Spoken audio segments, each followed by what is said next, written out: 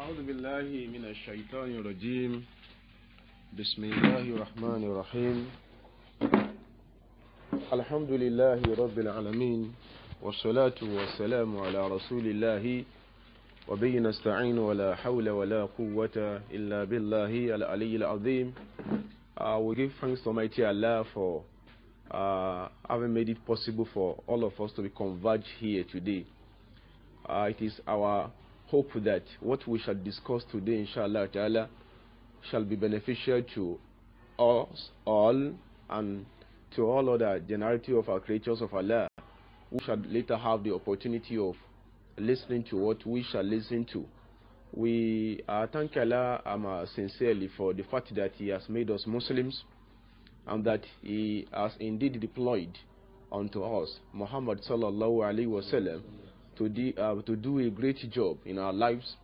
It was the message that Muhammad sallallahu brought to the entire race of mankind that actually changed the course of history positively, because it came at a time when the whole of our humanity was in a mess. They were in a mess with respect to the ideological understanding they were spreading across then. They were in a mess because at the time, probably before at the time it was deployed into the world, mankind was in a disarray.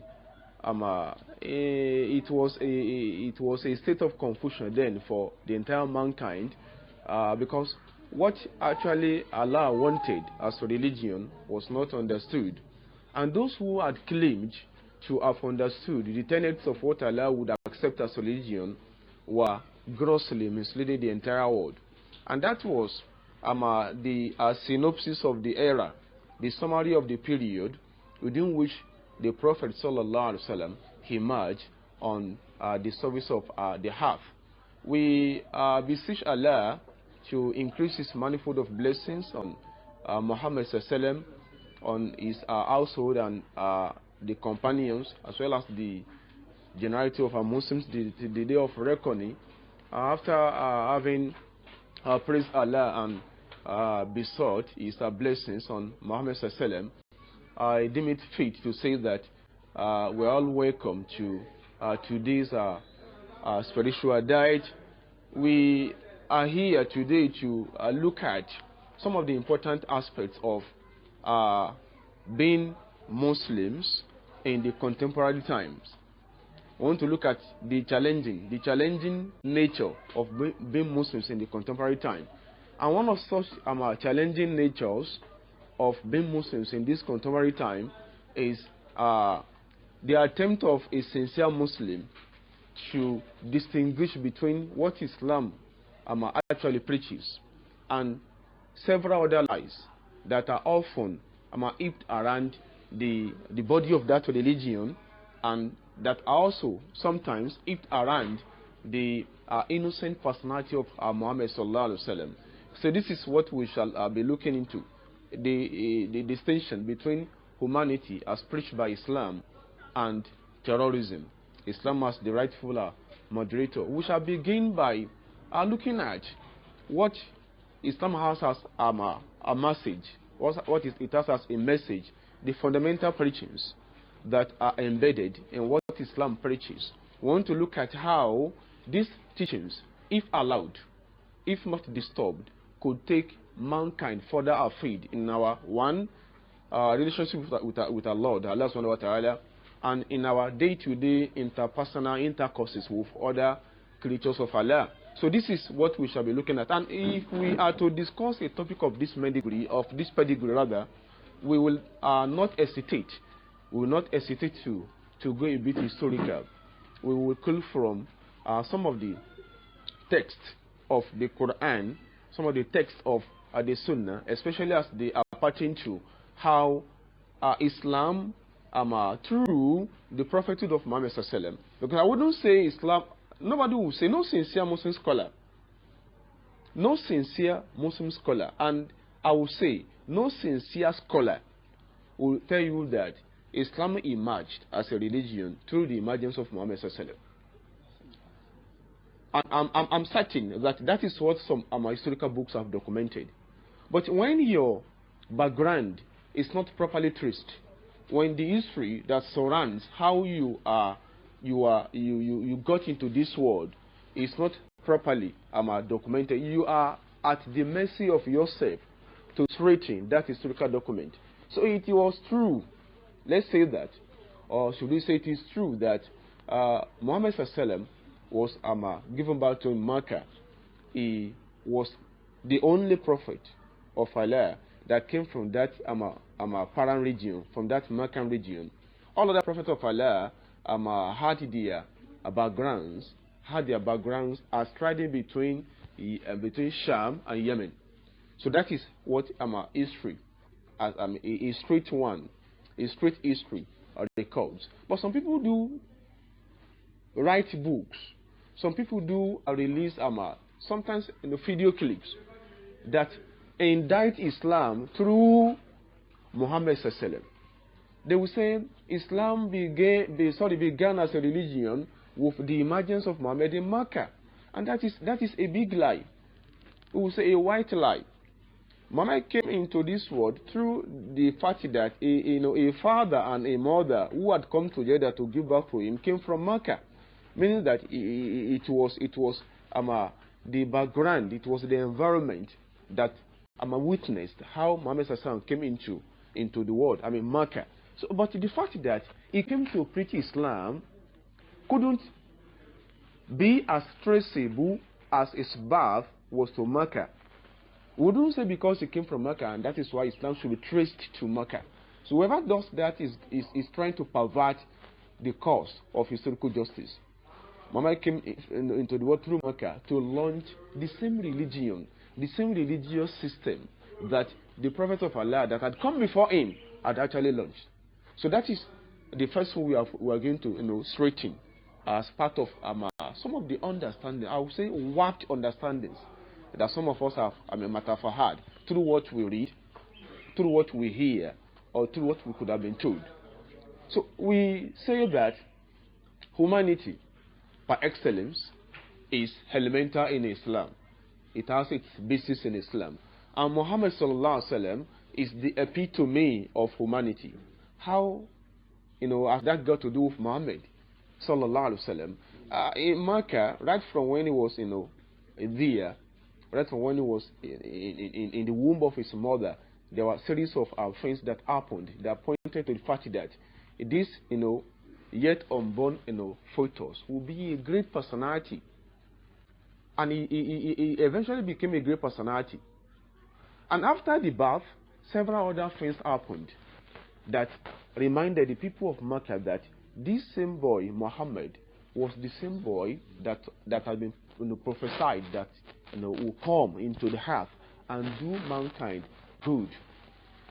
After he was growing up, after he began rather to grow up, several other things, several other incidents came to launch the fact that the mission Allah Subhanahu wa Ta'ala had in mind, through which the mission, the perfection of which will come through Muhammad Sallallahu Alaihi Wasallam, will not go until it became a reality, and it became a reality. And in tracing all this, one thing is very paramount: the fact that despite all the persecutions in Mecca that Muhammad Sallallahu witnessed, despite all the persecutions, when he had the power, like people do, when they had the power to avenge himself against the people of Mecca who had persecuted him, did he avenge himself? No. He didn't. Rather, he left Mecca for Medina. When the persecutions got to a level that was unbearable to him and the few companions who were with him, he left Mecca for Medina. And between the twilight of his stay in Mecca, prior to when he actually left for Medina, the indices of humanity from the Meccan region came to pass. And what were those indices?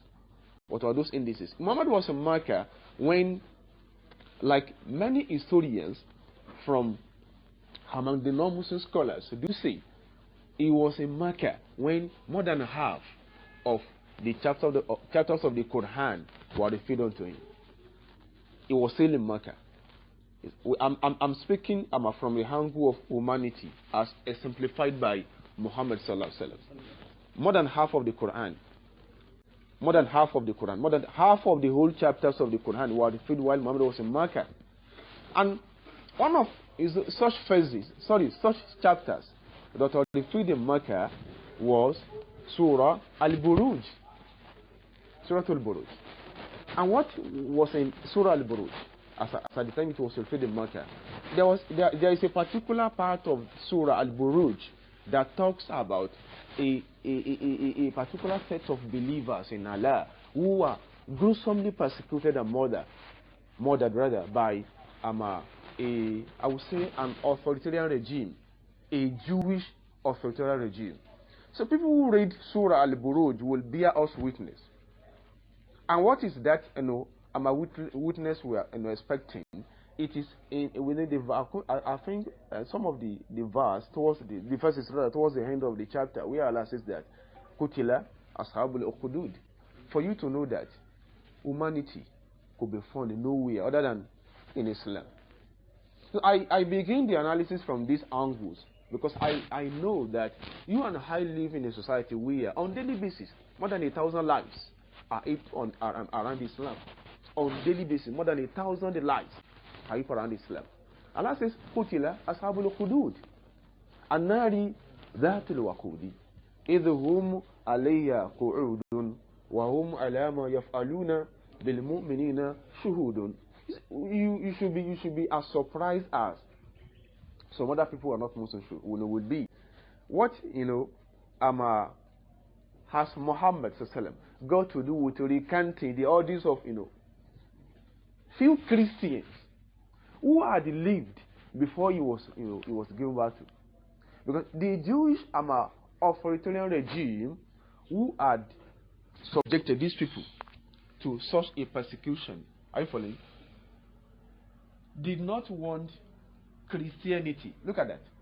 The Jewish authoritarian regime that had subjected these few Christians to such a persecution did not want Christianity to see the light of the day. And the Prophet was preaching what? Islam. So what does he have to do with defending Christianity? That is humanity. So humanity then stems from the fact that you will have to empathize. You feel what others feel. When people are engrossed in a dilemma, when people are befallen by a calamity, don't say because they don't practice a religion and mock them. You don't have to mock them. You feel as if you were in their shoes. You put yourself in their situation. Were I to be in their situation, how would I have felt? That is the peak of humanity. When that it is empathy, you empathize. You feel what others feel. You put yourself in an imaginary situation that is similar to what they are going through. So look at the Prophet ﷺ. Still in Mecca, Allah referred unto him, Surah Al-Buruj, Qutilas al-Khudud. Allah says, it shall not be well with those who dug what? The trenches. An-nari dhatil waqud, around which there were flames of fire. Look at the account of the Quran. Idhum alayha qu'udun, they were later seated around what? Around those trenches, witnessing. Wahum alama yaf'aluna bil mu'minina shuhudun. They were witnessing. They were relishing in what they were subjecting the few believers, the people to whom Allah referred to as al-mu'minin in that verse were Christians. They were Christians. This net was around Ethiopia, just like some Islamic historians will put it. They were the al-mu'minin in that verse, in that chapter of Surah Al-Buruj, were Christians. So the Prophet felt through the revelation of the Quran how they felt when they were persecuted. So when people go into danger, when people run into troubles, you don't mock them. You feel along with them. So that is the first port of call whenever a discourse on humanity in Islam arises, you trace this. But as interesting as this, account sounds, you never hear the detractors, the enemies of Islam, say this. They wouldn't say that. And that's why the fact that they know, as well as we do, that during the sojourn of Muhammad Sallallahu in Mecca, he had never lived with a single Christian, nor had he lived with a single Jew. No Jew, no Christian coexisted with Muhammad Sallallahu while in Mecca. No Jew, no single Jew, no Christian. But look at how he was empathizing with what they went through. And you see, people wouldn't want to recount this. Do you know why? Because the Christians in history to whom this persecution was unleashed will never want you to, will never allow you to go into what the historical documents about how their religion had emerged went into. The period, like some other Islamic historians will put it, was the same period when there was a unanimous consensus to unify the several manuscripts of the Christian Bibles. Some people will say it was during the Council of Nicaea. That was around the 4th century of the Christian era, when there was to be one single recognizable Christian Bible, during the era of Constantino. So they don't want you to have an inkling, an idea of how dirty the roots that engender Christianity, were. They wouldn't want you to see that. That is why they would never retell those stories. But this is Muhammad in Mecca recanting unto you and me what the few Christians unto whom Allah referred as what believers went through. Isn't that humanity? Humanity par excellence. Humanity par excellence. So that is one thing. That is one thing. And that is why we do tell people that we can say it anywhere. We can say it anywhere that each time Christianity is almost moving towards extinction. Each time Christianity is almost moving towards extinction, Islam has often risen to the occasion of what? Of salvaging it. Each time, whether in Europe, I also discussed that, whether in the Middle Eastern region, each time Christianity is almost heading for extinction, you will see Islam rising to the occasion of what? Of defending, of salvaging that religion. That's the part that there are a number of fundamentals in Christianity that are antithetical to Islam. Islam will never look at that. What concerns Islam is to stage before you and me, and before every mortal, what humanity means. So that is an example. And that is why some scholars of Islam will say that in Islam, whenever we say we make a mention of Sharia, you see people feeling jittery, feeling fearful, feeling uncomfortable, thinking that the Sharia is out there to kill them, to maim them. So that is the lies they were told. That is the lies they were, they've been fried with right from when they were young. And they are never ready to detach themselves from those avalanche of lies. They don't want to detach themselves. And that is why you and I are the vanguards who, in these contemporary times and the times beyond, should attempt to rewrite the history of Islam, especially in the light of contemporary happenings. People will never give you the opportunity to trace what we are tracing today. All they say is that you are terrorists. All they say is that you don't want Christianity to exist. And when you come open, boldly, by putting questions around to them, they wouldn't have answers. How would you just say I'm a terrorist without a substantial fact proofs to prove that I'm indeed a terrorist? How would you tell me how under these shades of the heavens would you tell me that those who are doing those dastardly things in Syria are Muslims, and you want me to believe? How would you tell me that the war in Afghanistan, actually, which began right from the Cold War period and ended around 1979-83. How would you tell me that it was a jihad? The war, the roots of which I know. How would you convince me that people who had fought, I would say Muslims, Muslim personalities who had been involved in the war in Afghanistan, how would you tell me they are Muslims? And want me to believe that? When I know in 1985, May 27th, 1985, a particular American president by name Ronald Reagan brought all these Taliban, Mujahideen, Malam Umaru, including Osama bin Laden himself. He brought them to the White House, Washington D.C. in America, and paraded them before the American media and said, these guys have the same spirits as those of the American founding fathers. So how will I believe that those guys were indeed Mujahideen for Islam? I wouldn't believe. But how many people do tell us this? They wouldn't. And these facts are on record. Those who know. And those who know but feign not to have known are also there, out there. They won't tell us that these things actually happened. How will I believe that? How will I believe in someone being called a Maitasini, having Rafid rather, the northern part of the country, to be precise, Kano, in the period of 1981 and 1982? How would I believe that he was a Muslim? Somebody I know was sponsored to study Arabic language outside Nigeria and was tipped to come back to Nigeria to cause mayhem. So how would I believe that? But it is as if the lies they tell, it's as if the lies they tell are having impact on you and me, because we don't see alternative proofs to dislodge the lies. We don't almost see the alternative proofs to dislodge their lies. So humanity, by excellence, is embodied in the personality of Muhammad Sallallahu. What I've just said is just an example.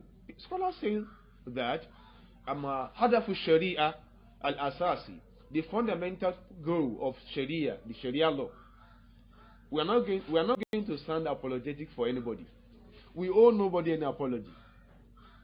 The Sharia is the canon law of our Creator.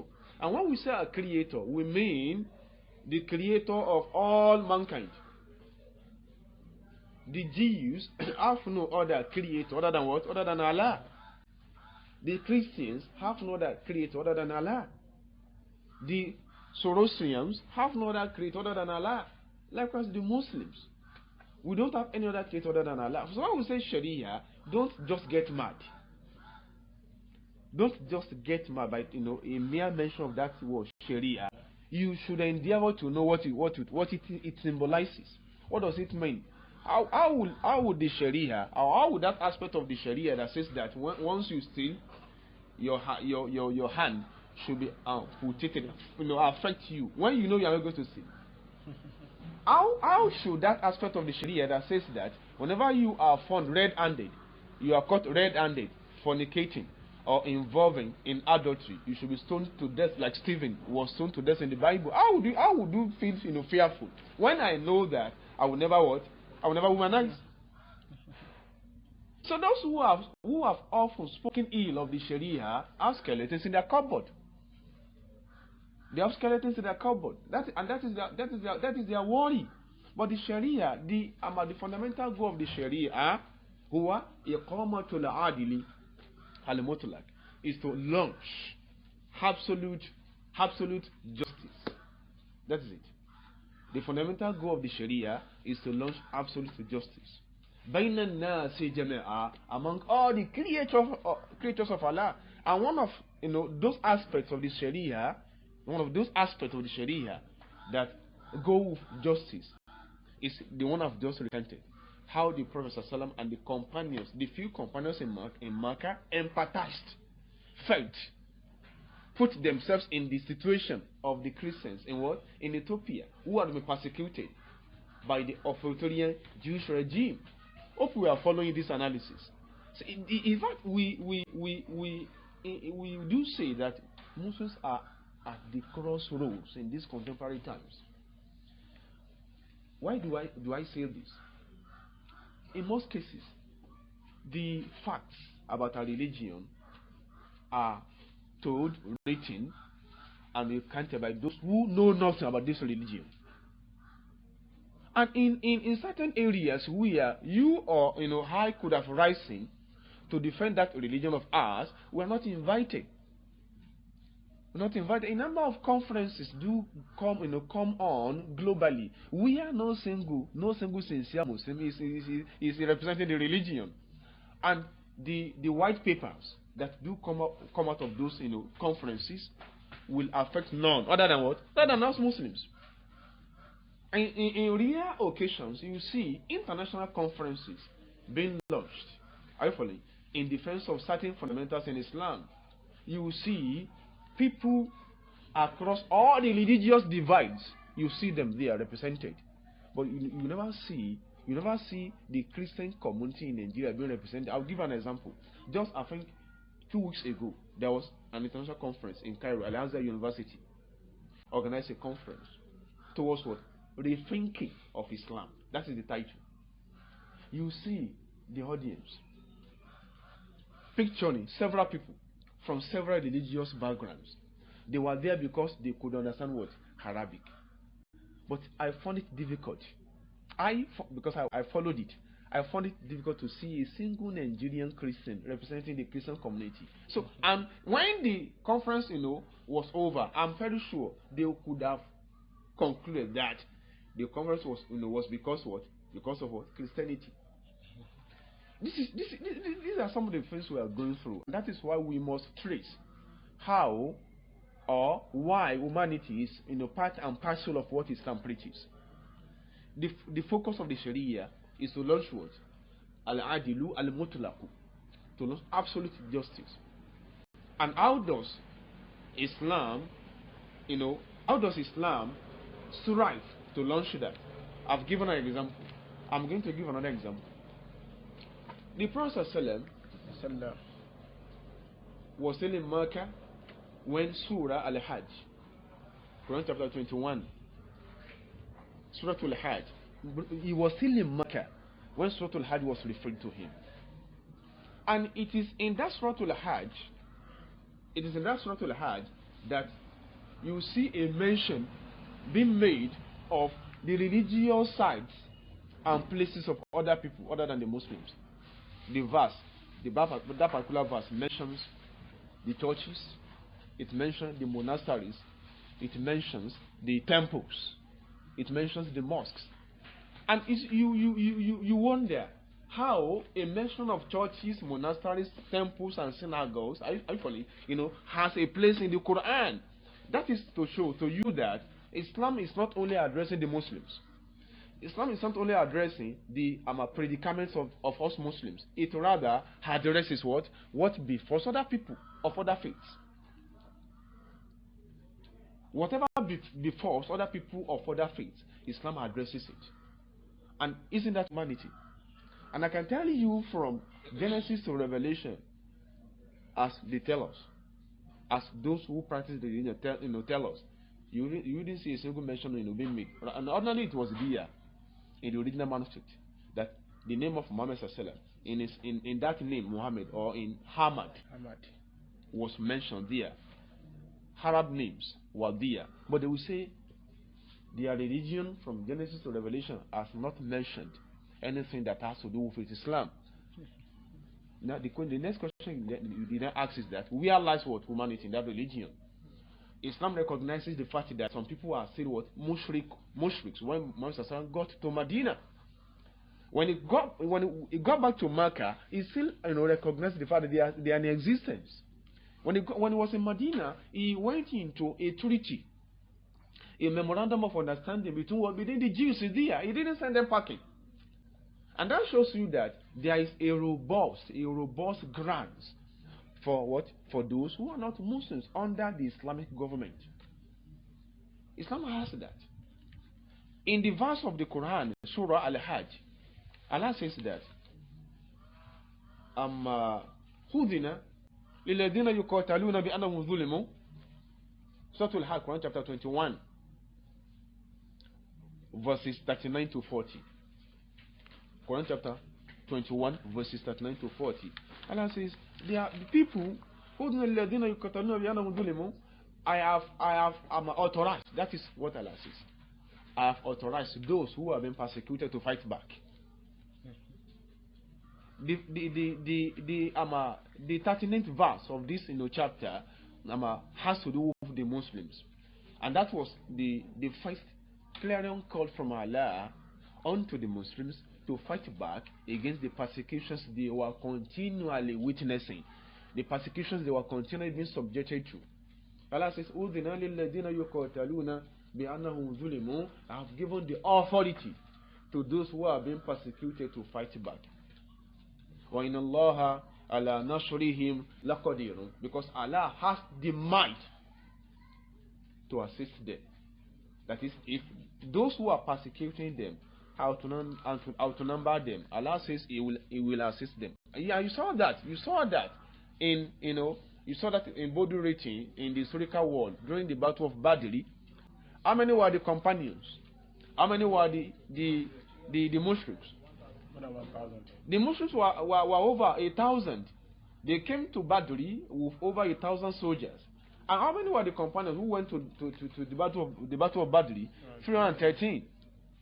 And that is the point Allah is emphasizing here. وَإِنَّ اللَّهَ عَلَى نَصْرِهِمْ لَقَدِيرٌ. Allah says, getting them assisted is what I will do. And they got assisted. They were assisted.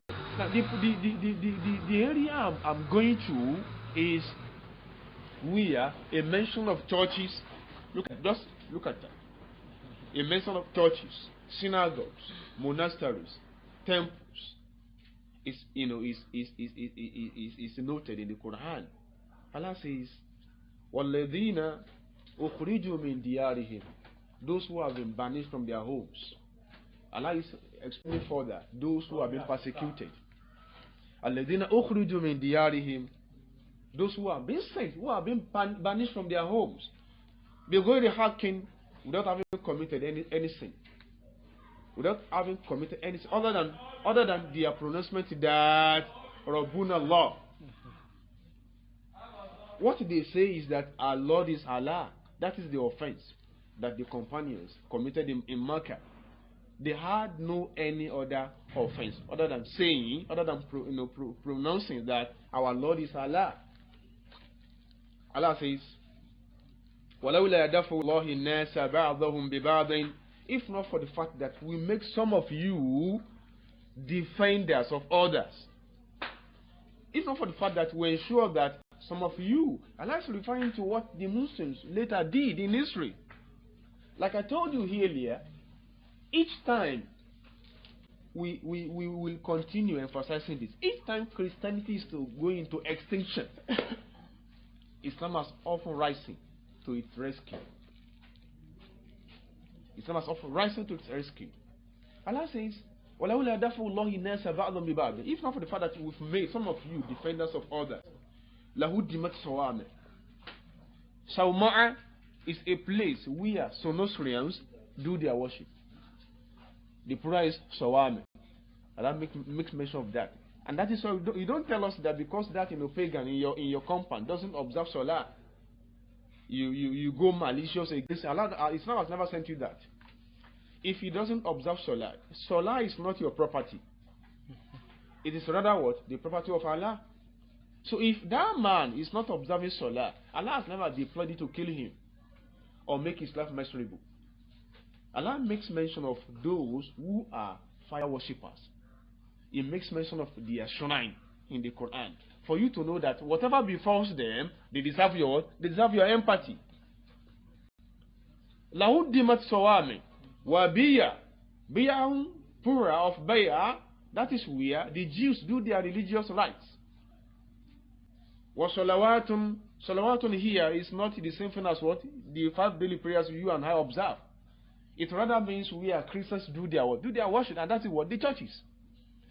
Allah says the temples of Sorosians, the monasteries of the Jews, the churches of the Christians must be protected. That is in Islam. Isn't that humanity? It is humanity. In a tradition of the Prophet ﷺ, He told the companions point blank. You see, sometimes when a program of this nature, is coming up like this, we have always said, let's give it publicity. We expect people to challenge us. Because whenever they hold conferences where their trashes are discussed, they publicize them. They get them publicized. They even bring the trashes down to your room. You see, you listen. And it is then you see us, we simmer, we boil. Look at what they've said about Islam. What have we said about them? What have we said positively about them? How often do we remind them of the pages of their history which they choose to forget? Not that they've forgotten. I think around a year or two when Demis was to come knocking at the Prophet ﷺ, he told the companions, he said, Innakum sataftahuna misra. You companions, he was referring to them, he was addressing, as you are seated before me, the companions were also seated around him and was telling them, Innakum sataftahuna misra. It is one of the beautiful pages of our history, especially in our relations with the Christians and the Jews. Innakum sataftahuna misra. You shall soon liberate Cairo. And that is very great. It is very great. Innakum sataftahuna misra. You shall soon liberate Cairo. Then the question is, into whose hand was the authority over Cairo? Actually, into whose hands was the authority over Cairo then? Into whose hands? In the hands of what? Of the Persian emperors. Cairo, the authority over Cairo reposed in the hands of the Persian emperors, who were neither Christians nor Jews nor Muslims. And Cairo was one of the sacred sites in Islam. You shouldn't forget that Harun was there, Moses was there, Samuel was there, Joshua was there. All these important prophets from the household of Jacob were there. Zechariah was around the place, not right inside Cairo, around the place. But Harun, Musa, Yusha, Samuel were there. That is why it is one of the historical sites of us Muslims. But then it was under the control of the Persian emperors. And Prophet said, you shall soon liberate Misra. So I said this, I think around 2014-15, you will remember one. Let me give him the name he deserves. One e-goat, in the name of which I don't want to mention, was presiding over a conference in Edo City, in Nigeria here. And he was saying, he was instigating other Christians in Nigeria. We said it is on record. He was instigating other Christians in Nigeria to come en masse to liberate Christianity in Nigeria from this. I don't know the shackles we Muslims have placed on Christianity. And one of the things he cited was the fact that Cairo was once under Christian authority. Now tell us in history when Cairo was under Christian authority. Tell us in history. When Amr ibn al-Asi, whom Umar deployed there after the nemesis of the Prophets and got it there, he didn't make Christianity there. He didn't make Christianity in Cairo. He meant paganism par excellence there. So I was saying that the Prophet told the companions, Innakum sataftahuna misra. So when people begin to tell lies, I laugh. Because I understand that when we begin to slug it out, they get tired. So when anywhere you are, don't feel jittery. Don't sound apologetic to anybody. Because my religion is never a cult. My religion has nothing that I must hide from the earshot of the public. It has nothing. There's nothing in Islam that is so much esoteric that I shouldn't discuss outside. Is it about the birth of the Prophet? Is it about the fact that he had no father when he was given birth to? Is it about the fact that he was released to Halima for breastfeeding? Or is it about the fact that at a point in time the archangel descended upon him to do that spiritual operation for him? So tell me that aspect that I must not discuss in public about Islam. It has nothing. It has nothing. I say it has nothing. But other religions cannot, boast of having nothing to hide as Islam does. He says, "Innakum idha fakatumuha." And when you eventually liberate Cairo, فَحَاسِنُوا إِلَى هَالِهَا أَخِرًا, try to be righteous to the people there, because لِأَنَّ لَهُمْ ذِمَّةً وَصِيرًا, because they are under the covenant of Allah, وَصِيرًا, and have consanguinity with us. Dhimma وَصِيرًا. The dhimma there is the fact that the mother of Prophet Ismail alayhi salam was a Coptic Christian. Look at that. And the woman, Maria al-Kibitiyya, who bore for the Prophet Ibrahim, was from Cairo. So how could the Muslim army have invaded Cairo, knowing quite well that all these are part of our history? They wouldn't do that, my brothers. But liars, are good at nothing other than what? Other than spreading the tentacles of their lies. They tell lies passionately.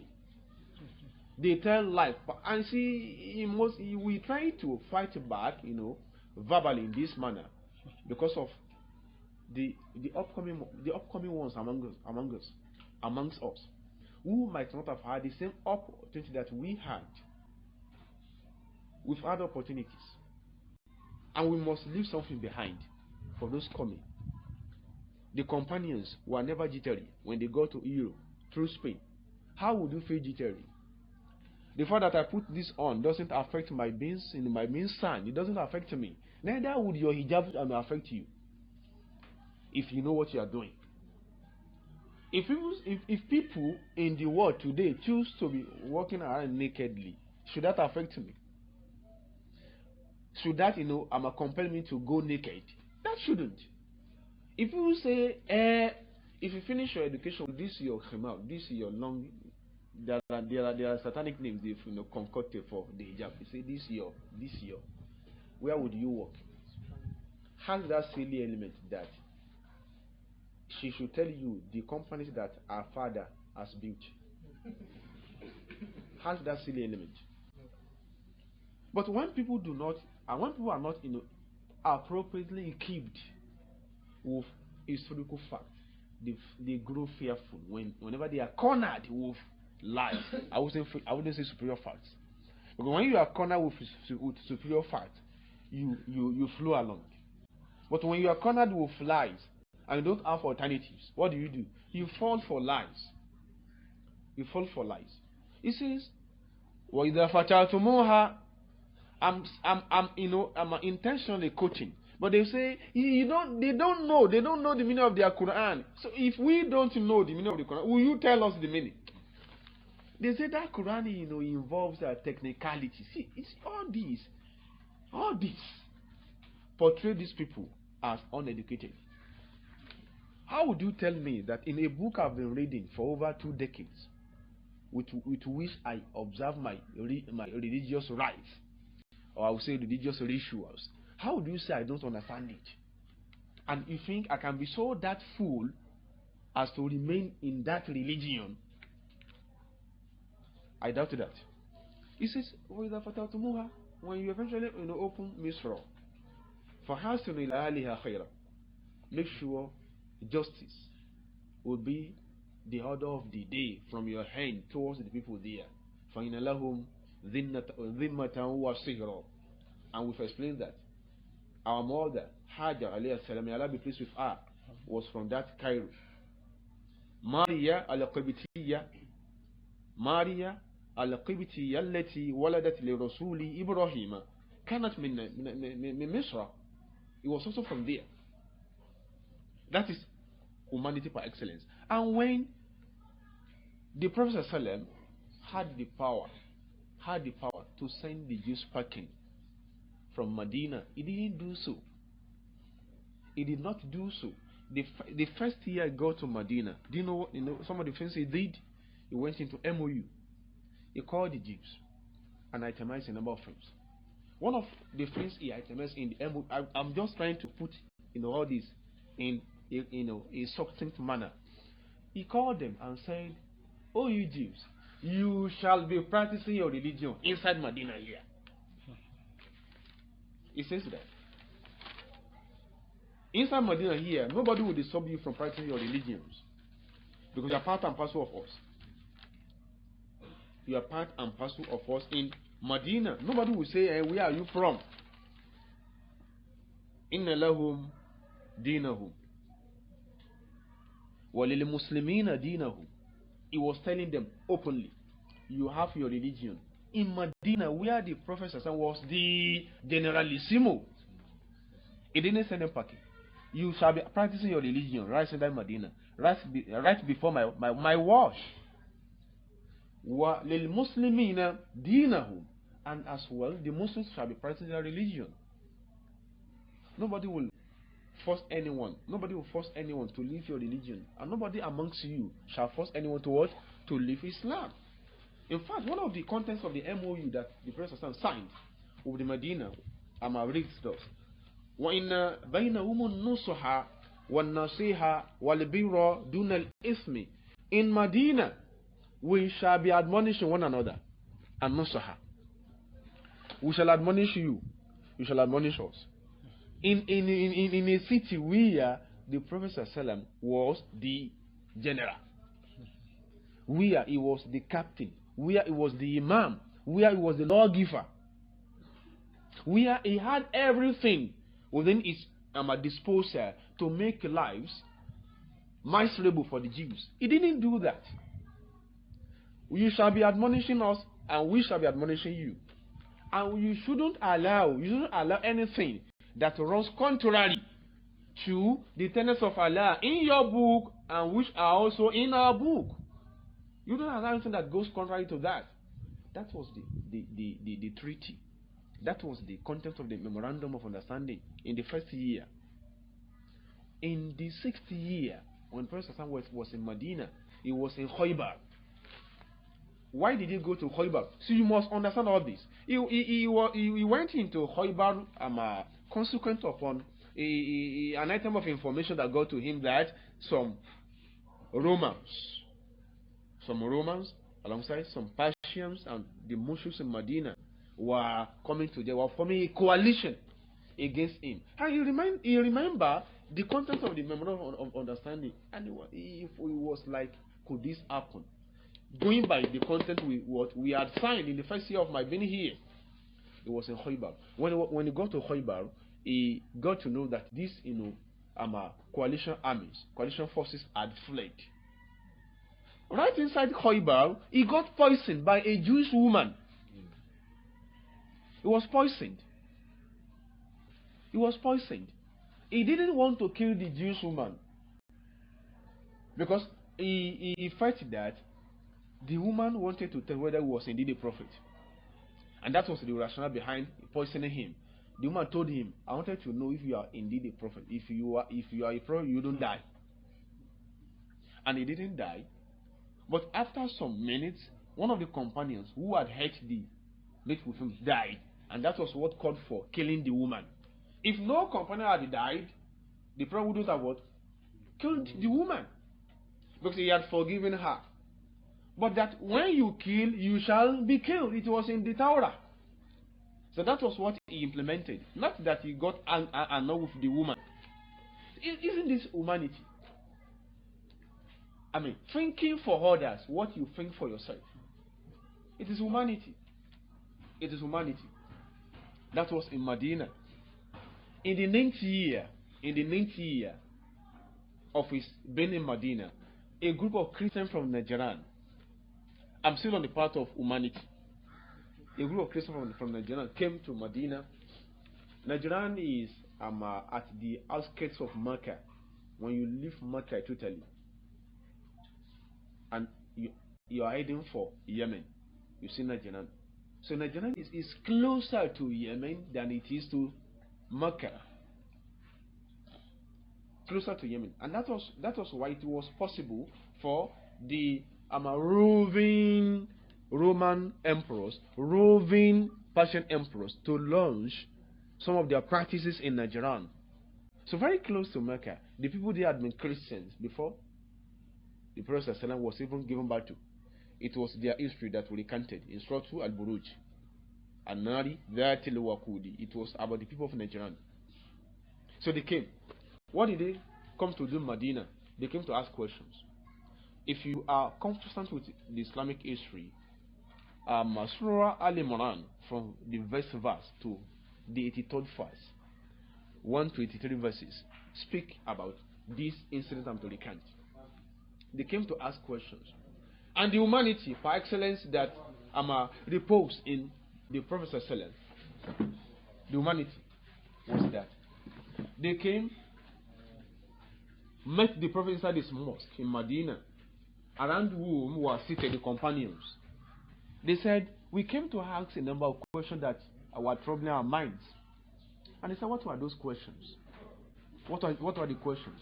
The question was that we heard that you do say Allah is one, and they narrated, they itemized what they had wanted to know. They were in this discussion when the time for Salatul Asri came in. They wanted to observe prayer. And you asked me, what kind of prayer? Right inside the Prophet's mosque, they rose up to observe prayer. They were praying, observing Salah. The Christians from Nigeria observing Salah, facing Kudus. And the companions were like, hey, this inside the Prophet's mosque. They wanted to disrupt their prayer. The Prophet said, you shouldn't do that. If you want to observe Salah, you companions, فَاسْتَقْبِلُوا الْمَشْرِقَ, you face the Kaaba. He left them, they prayed, and nothing happened. And when they were leaving, there is a particular historical book. You see, what people do say about this religion that you and I find faulty is not to make us sad. I don't expect that such should make us sad. Rather, it should make us look more for certain events in the history of our religion, in the history of the Prophet, with which we can define the religion. If they say the Prophet got married to, if they say the Prophet was a pedophile, you know whom a pedophile is? Somebody who sexually harasses what? The minors. They call the Prophet such a name, owing to their silliness and madness anyway. But that shouldn't get us mad, as they are. What should you do? You go historical. Is it, was it true that the Prophet was a pedophile? When these people are living, the Prophet ﷺ gave them a number of concessions. In accounting, there is something we call tax concession. The Prophet gave them a number of divine concessions. The Christians in Nigeria, he told them, in this Khoibar, as Jews, no one, none of my companions will send you packing here. In an area where the Prophet was the general, where the Prophet was all in all, he said nobody would drive, and they were Jews, don't forget. These Nigerians were Jewish Christians. He said nobody would drive you away from here. And nobody should force you to release your daughter in marriage to them. Look at this concession. It is contained. I'm sorry, the concessions are contained in a book written by John Davenport, titled "The Apology for Muhammad and the Quran." John Davenport wrote that book, "The Apology for Muhammad and the Quran." He is a Christian writer, but it dawned on him that some writers, Christian writers before him, had written mess about Muhammad ﷺ. And that is why he brought to bear the incident of this Nigerian, which I've just recanted, where they had attempted to pray inside the Prophet's mosque, where the Prophet had allowed them and given them these concessions. He made the concessions the focus, the central point of his book, the Apology for Muhammad and the Quran. A Christian writer, John Davenport. So that is humanity par excellence. That's humanity par excellence. One of the areas I'm going to look to, to ascribe or to describe the humanity in Islam is after the demise of Prophet ﷺ. Umar was in Medina as the Caliph, and it got to him that The Christians in Jerusalem, look at this. The Christians in Jerusalem were now under torture. Sorry, were then under torture. They were being tortured rather, and all the churches that formed part of their belongings and properties in Jerusalem had been taken away from them by who? By Persian emperors, through the complicity of the few Jews in Jerusalem. Do you know what? If in this present time you find yourself in the shoes of Umar, would you have empathized with these people?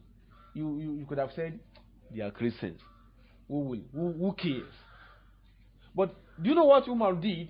Umar rose right from that spot and deployed the Muslim army. He deployed the Muslim army from Medina down to Jerusalem.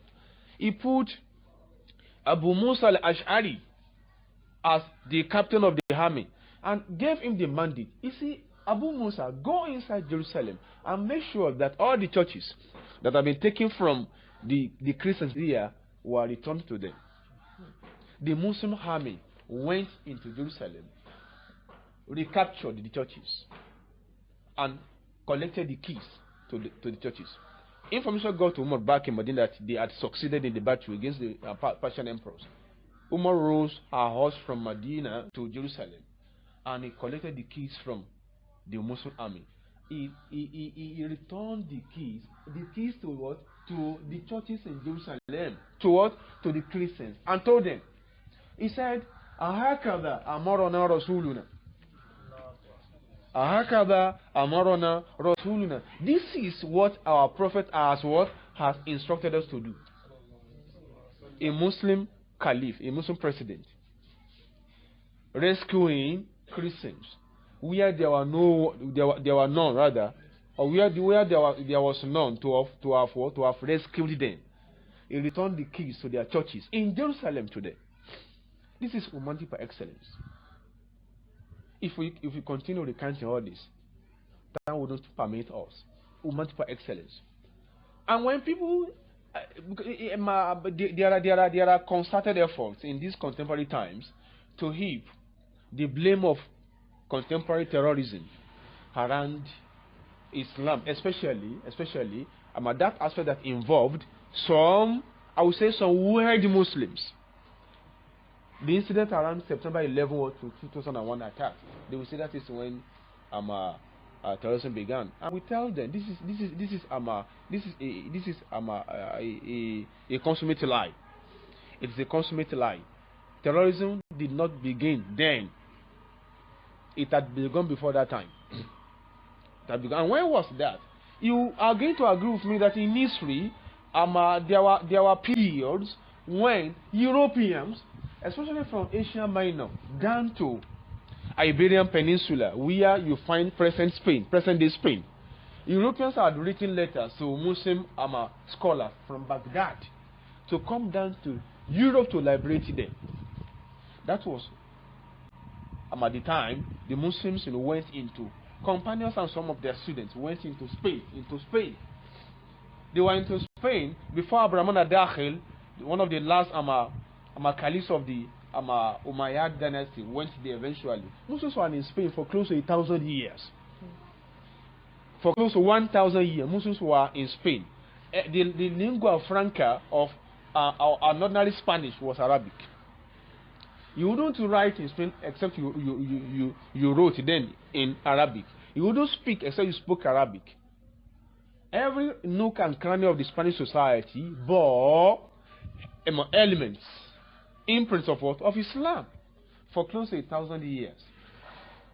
In 1492, that was at the twilight of the 13th century of the Christian era, there were attempted onslaughts on the Muslims.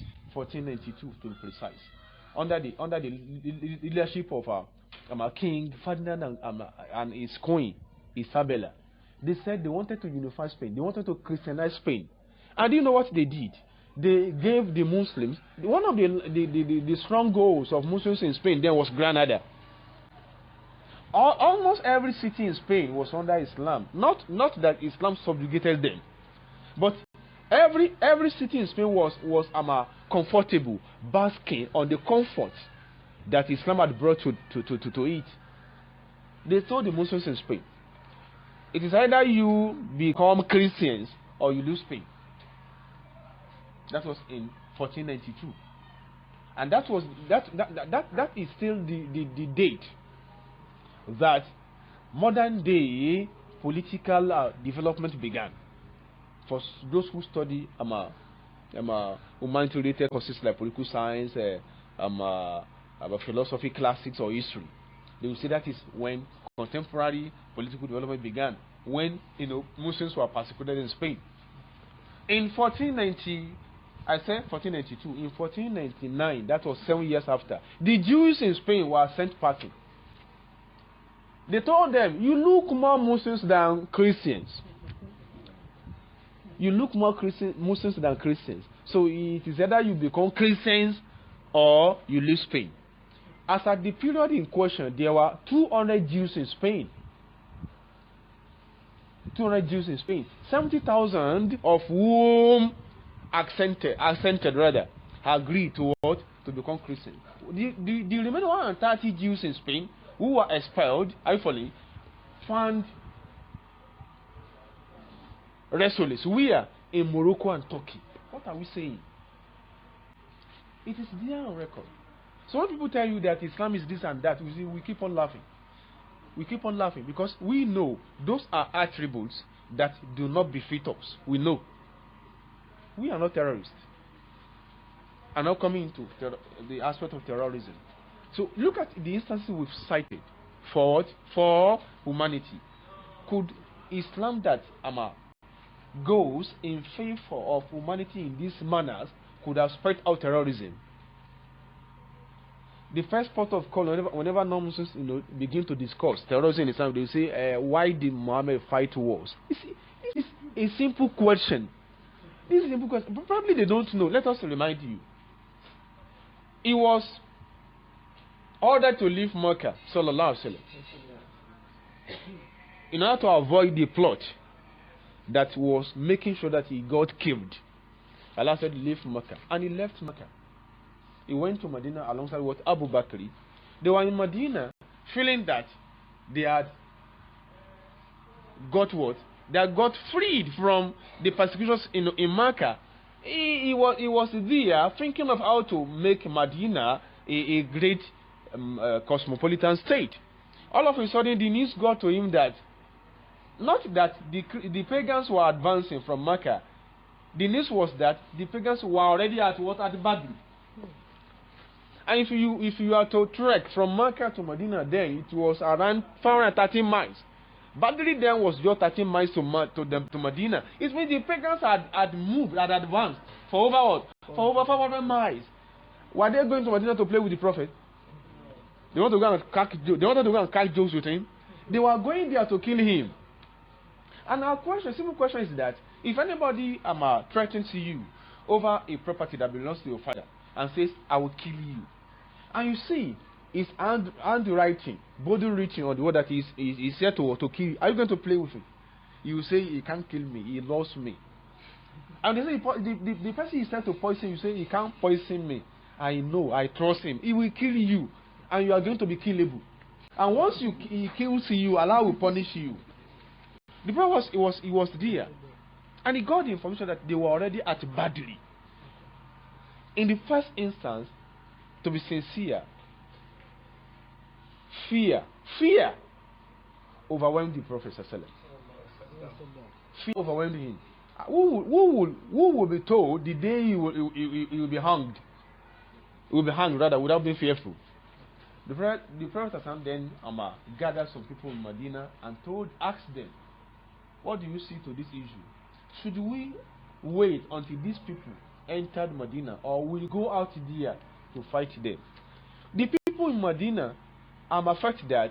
What power did the people in Mecca had that would overwhelm them?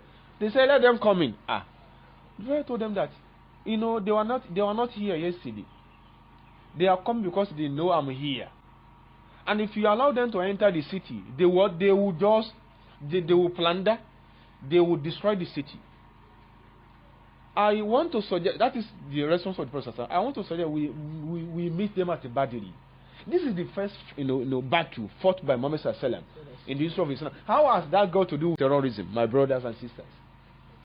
Should Muhammad have allowed them to enter Medina and killed him there? This is the first battle of Badri. The battle of Uhud. Do you know why it came up? It came up because the pagans, on daily basis were reminiscing on the loss they suffered in Badri, and they wanted to fight back. They wanted to retaliate. That's what what led to the battle of Uhud. So we are recanting. There is a particular Western historian. I doubt whether is no more. I doubt it. Francesco Gabrielli. Francisco Gabrielli is an Italian, and you're going to be surprised by his profile. He did his first degree in Arabic language in Roman State University. He did his master's in Arabic language. His doctoral, PhD in Arabic language. He's now a professor of Arabic language. He has a book titled "The Conquest of Muhammad." The battles of Muhammad. In that book, he outlines and analyzes why certain battles were fought by the Prophet ﷺ. He never called the Prophet ﷺ, a warmonger. He never calls him a warmonger. I don't know where people see the lies they spread about Islam. The Battle of Uhud was like that. It was in response to the determination of the pagan Meccans to fight but to retaliate. They were determined. They wanted to kill the Prophet by all means. They wanted to kill him. And could you have allowed them to kill him? He wouldn't have done so. He would not have done so. So that is, if we say, okay, these are the battles he fought, you will forever see reasons why he fought those battles. So that is not to indict him with terrorism. It was never. It was never. And we can say categorically that contemporarily, some people will say, what about the ICC? What are you saying? We know who and who consist. Sorry, who and who are in the camp of the ISIS fighters. This is a simple logic. Anytime a soldier within the camp of the ISIS gets injured, is quickly taken to the best hospital in Tel Aviv in Israel. What is the correlation? One of the biggest hospitals in Israel is at Tel Aviv, the capital of Israel. When a soldier within the ISIS camp gets injured in battle in Syria, is rushed down to that best hospital in Tel Aviv in Israel. Now, you look at the correlation. And some silly elements are telling you here that those guys are Muslims. You don't get the analogy. How can a Muslim soldier who has got injured in a battle fighting for Islam be taken to the best hospital in Tel Aviv in Israel? Could you find any correlation? That is an aberration now. So what does that tell you? It tells you that people who are founding and keeping the ISIS are from where? Some people say Libya was bombarded, was invaded because Gaddafi was in there to make life miserable for the Libyans. We say stop lying. 2 years before Gaddafi died, because before Gaddafi was gruesomely murdered, the Mossad agency from Israel, that is the best security outfit in Israel, Mossad, had deployed Ephraim Benjamin to Libya. He had been in Libya for close to 2 years as an imam of a mosque in Benghazi. Look at that. Imam of a mosque in Benghazi, one of the cities in Libya, and had succeeded in having recruited over 200,000 soldiers against Libya, against Gaddafi. And you tell me that is Islam. Ephraim Benjamin, a Mossad agent, a Jew, a Jew who has been sent to learn Arabic and who had been an imam 2 years before Gaddafi died, an imam in a mosque in Benghazi. So how will I believe all those lies you are telling me? Islam has nothing to do with terrorism at all. Because what will that benefit the religion? What will that benefit you?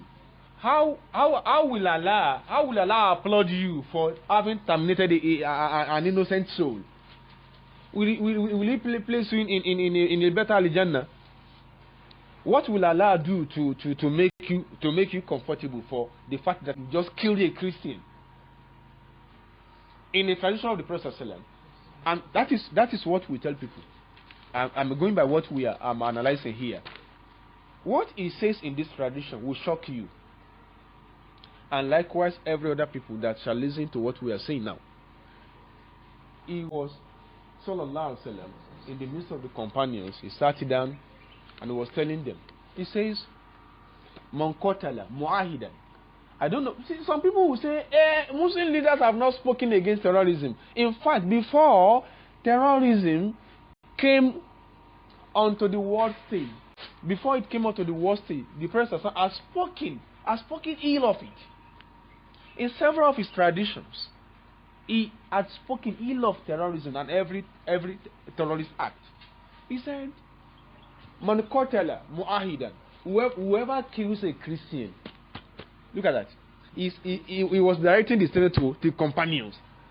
And do you find among them just anyone of them who had killed a Christian? They did not.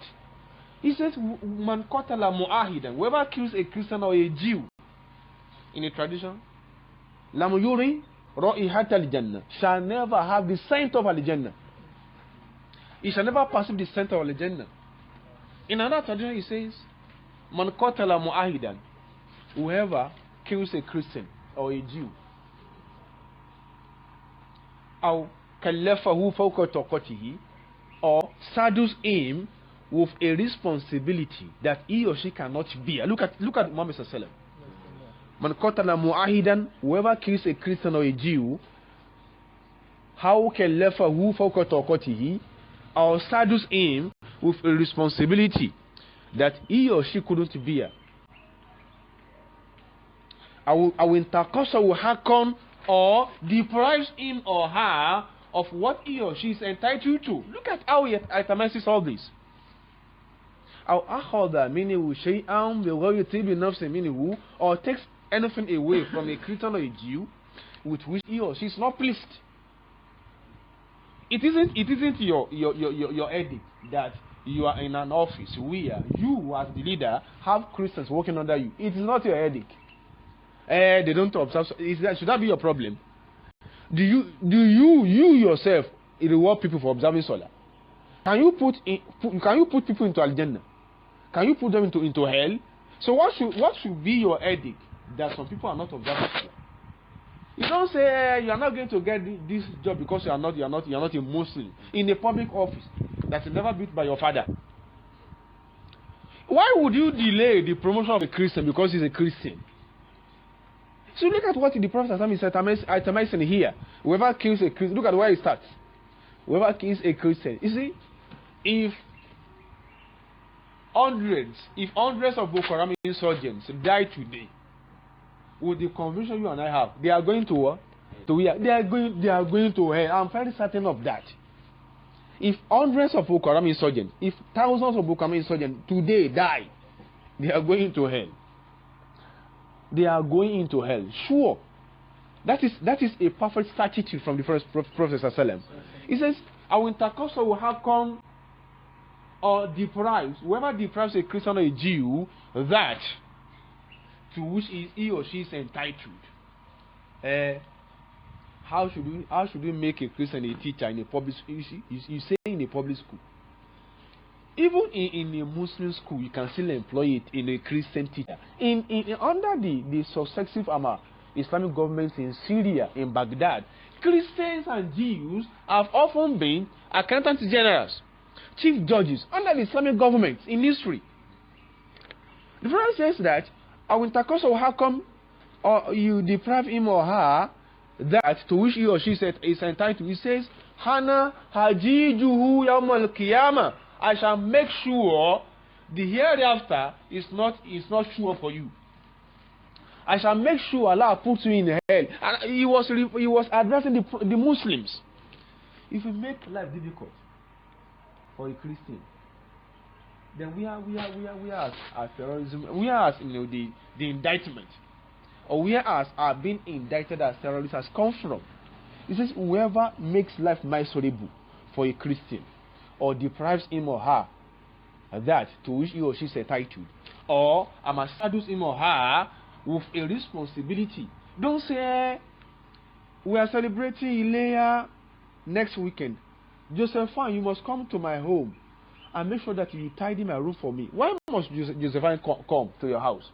Because he's a Christian apprentice under you. Must you make her suffer because he's a Christian? Islam doesn't say this. Islam does not preach this. And you are a principal. You are welcome, principal. The fact that Eunice is a Christian student under you does not make him a slave. Make her a slave. Neither should you saddle Eunice with a responsibility she can't do. Because if you do that, the prayer says that Fahana hajijuhu yawmal qiyamah. I shall make sure you as a Muslim do not enter Jannah on the day of judgment. What else should we say? What else should we say? These traditions are not just new in Islam. They have been there for long. But help us tell our detractors who say what is contrary to what we are saying to fear Allah. They should fear God over us. We are not whom they describe. We are not whom they describe. We are not terrorists. We are not here to make Nigeria burn, to make Nigeria no boil. We don't know where they come with the lies they tell. We don't know. That is Islam. The Prophet ﷺ was in Medina. He had the comfort of welcoming into his home one Jewish boy. The boy will come to the Prophet's home, will do certain house chores for the Prophet ﷺ. For the period in question, not a year, not two, not three, that the boy was there to serve the Prophet ﷺ. He didn't open his mouth to say, accept Islam. Neither did the boy get maltreated because he was a Jew from the Prophet ﷺ. When the boy was on the verge of leaving the world, he was on the sick bed, and he was a Prophet ﷺ, and if somebody would die, he would know. Not because he knows the unseen, no. But Allah will make him understand that this person is leaving the world. He got to know that the boy was sick. Somebody told him this boy had fallen sick, and it would be better if you could pay him a visit. And he was seated by his side. Before life was popped off him, he said, "Oh boy, accept Islam." On the point of what? At the death point, accept Islam. When the boy was ill and hearty, he didn't say accept Islam, because he didn't want him to feel maltreated, to feel poisoned with him. Like, what is it? Is it because I come here to serve you? So don't say, you need job at the secretariat. You have to follow me to our fellowship. Islam doesn't command you to do that. If people will accept Islam and worship Allah, they will. And they should be allowed to do that of their volition. Nothing should be attached. No strange. Don't say, come to the mosque, you get a job. Don't say that. Our religion has never permitted us to do that. It was when the boy was on the sick bed one, then at death point. The Prophet said, Aslim, as he said, Aslim, be a Muslim, accept Islam. The boy looked straight into his father's eye. The father said, Hati Abale Qasim, follow what Qasim's father is telling you. Because the father, a Jew, understood that the mission of the Prophet ﷺ was to liberate the world, and he knew he was sincere in his message. He knew the boy was sincere. He says, Ati Amal Qasim, follow the admonition of Qasim's father. And the boy said, Ashhadu an la ilaha illa, and that was the last statement he made when he died. When the brother come out, he said, when he came out, he said, Alhamdulillahi alladhi anqadhahu min nari. I thank Allah that liberated him from what? From hellfire. He thanked Allah first for the fact that he got aware that the boy had fallen sick. And he thanked Allah that he was there around the sick bed. And thirdly, that the guy accepted Islam before he eventually died. So look at the several years during which the boy had been serving him without him having said, accept Islam. So how would you make people uncomfortable because you want them to accept your religion? So Islam does not preach that. And I say all this. Now, given instances about the incident in Mecca, the incident in Medina, the contemporary incident, whether in Spain or Syria, or even the side of the men here, tallies with the last question that the sister wrote and sent forward about the personality of Osama bin Laden. And I want to say categorically, without mentioning my words, that Osama bin Laden, because in certain quarters in the political studies, or for us in the political studies, it is still being rumored that Osama is still alive. So you may not have heard that anyway. It is still being rumored. So that is why I would say, from the religious point of view, is a Muslim. Am I communicating here? Is a Muslim. But whether he is a Mujahid as of now, or whether he was a Mujahid when there was war in Afghanistan, that is where controversies are trail. Osama bin Laden, as at the time there was war in Afghanistan, was not a Mujahid. He wasn't a jihadist. Because the war in Afghanistan wasn't an Islamic war, and no known Islamic leader had proclaimed a war. Are we together? It was a political confrontation, a political battle for supremacy between the then USSR and the United States of America. It was a war. America wanted to be a political hegemon. Russia wanted to be a political hegemon. I want to lord it over you. You must admit that I hold all these territories within the Middle Eastern area. That was why they fought. And after the Second World War, the president that came into power in America, Nixon by name, came up with a theory. The theory was that Europe as a continent had had a fair share of wars. Initially, before the First and the Second European War, that people call world wars. Anyway, we don't see the two as world wars, but rather they are European, to put things in their proper context. They are European wars. European leaders came around a round table and discussed that whenever there will be wars in the future, they must not be prosecuted within Europe because of the political and economic wars they suffered during the first and second European wars, and that if there will be war between any two powerful states and nations in Europe, it must be outside Europe. And that was why the slogan, "Let Asian boys fight Asian wars." Let Asian boys fight Asian wars. So unfortunately for people like Osama bin Laden, Malam Umar, Ayman al-Zawahiri, Saeed al-Faqih, these people thought that they were being nurtured to fight a jihad, not knowing that they were fronting for a Russian-American program. So for the Afghanistani war or Afghani war, it wasn't a jihad. So on that basis, you couldn't say Osama bin Laden was a jihadist. So he fought as a member of the CIA, warriors and commandos. He was a CIA commando during the period of the war. He wasn't a Muslim army. He wasn't a Muslim soldier.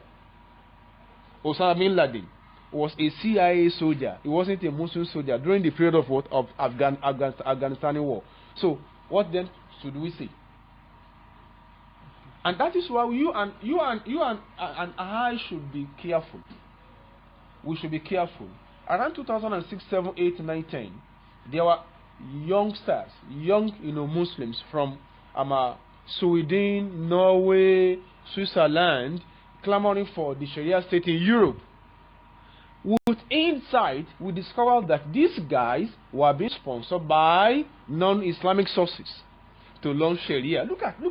Could you just locate a correlation? Non-Islamic sources are sponsoring a number of Muslim youths to launch the Sharia in Europe. What does that translate into? It translates into the fact that some people are using you against what? Against certain fundamentals of your religion.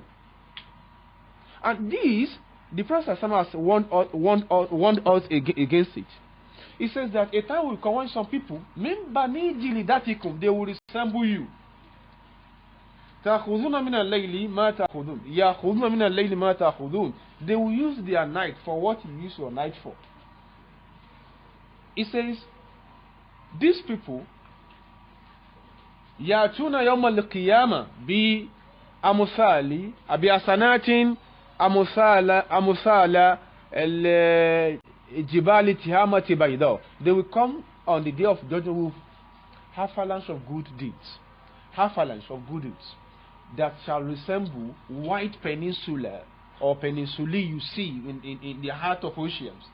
He says, فَيَجْعَلُهَا اللَّهُ أَبَاهًا مَنْثُورًا. Allah will just throw away what they could have come up with on the day of judgment. What do they do? He says,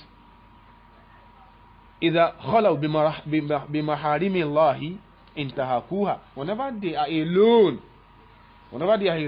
with what Allah has forbidden, they just they see it as a chance. In a tradition, it says, "Du'atun ala abwabi jahannam."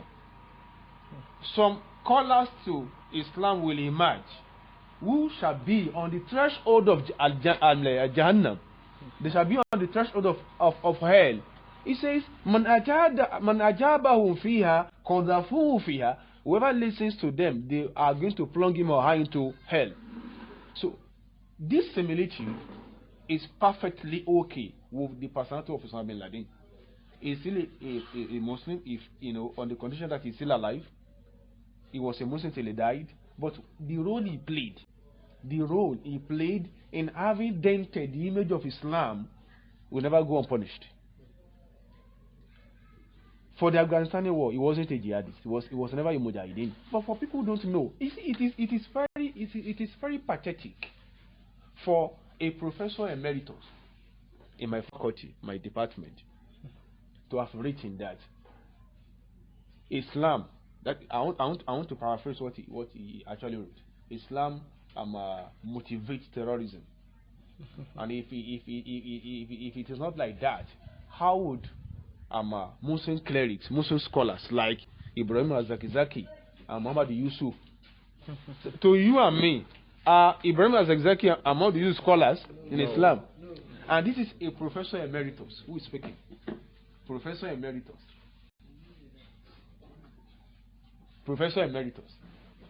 Regarding Ibrahim al-Zakzaki, who can't speak Arabic, and Muhammad Yusuf, the sixth leader rather of the Boko Haram insurgents, as scholars in Islam, a professor emeritus. And what he's saying can be taken for the fact that there are people like him who don't know what is right from what is wrong in Islam, and they are not ready to ask questions. They are not ready to make inquiries. So, and I'm using this medium to tell you and myself rather, that it isn't every lecture that you listen to. It isn't every purported vanguard of the Sunnah that you should follow, based on the tradition that says that man ajabahu fiha qadhafuhu fiha. Whoever listens to such people shall be plunged into the abyss of hell. So this is what we see in people like Osama bin Laden. He didn't fight in the cause of Islam, because the war in Afghanistan dented the image of Islam the more. It dented the image of Islam the more. it came to an end when those who were used as mercenaries did not want it to come to an end. And that was what led to the bombing, though it was internally orchestrated in order to just nail those guys. Once you are used as a commando, once you are employed as a commando, whether within the FBI tentacles or within the CIA tentacles, you are going to be killed later. Because the secrets that could have leaked to you must not be known to the public. And that was why Malam Umar was later killed. Ayman al-Zawahiri was later bombed in Pakistan. Said al-Faqih was later killed in Yemen. So all those guys must just, and they died for the cause they were employed to carry out. So that is for Osama bin Laden. So don't let anyone browbeat you saying you are a daughter to Osama bin Laden. See, do I ask him or her? Do I resemble him? So Osama bin Laden fought for political reasons, and that is political Islam. It is not similar to politics in Islam. There is a clear-cut difference between politics in Islam and political Islam. In most cases, political Islam is a cause being sponsored by non-Muslims. But they will use the unnoticing what? The unnoticing Muslims. They will use the unnoticing Muslims as they use the unnoticing Muslim sisters to bastardize that in the uniform you put on. That regalia you put on. They use some. They sponsor some. Those are the ones you see dancing to Skelewu at most disconnect. There are among you. Those are the ones you see dancing to Skelewu whenever you are for your matriculation anniversaries in most campuses. You see them dancing with the khimar. You see them dancing with the niqab. They are like that. So may Allah assist us. So that is for Osama bin Laden. He isn't a jihadist too. He isn't a jihadist because he never fought in a war that was pronounced a war by a non-Islamic leader.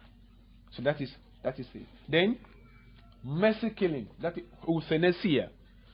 Should we go for it? Shouldn't we go for it? We shouldn't go for it from the perspective of Islam. And what is going on at the moment in China? You also must have sense that it's going beyond what is ordinary. It's going beyond what is ordinary. No single medical doctor, no single Chinese medical doctor has come out to say that this is the real cause, or these are the symptoms, or these are the disease, the conditions that are associated with coronavirus. And if we can flash back a bit, you will agree that a number of dastardly activities, had gone on within China that were targeted against what? Against a particular people, a particular religion. We can say, like some other scholars and commentators have said, that what they are aiming into now is one of the possible consequences of what they had done. So we can say that it isn't China that should be expecting that. Myanmar should be expecting that as well, Rohingya. And at the moment, India should also be preparing to expect that. So whenever a disease defies all known solutions, it isn't ordinary. No amount of drugs you are going to take that will take that disease away. So that is one fact.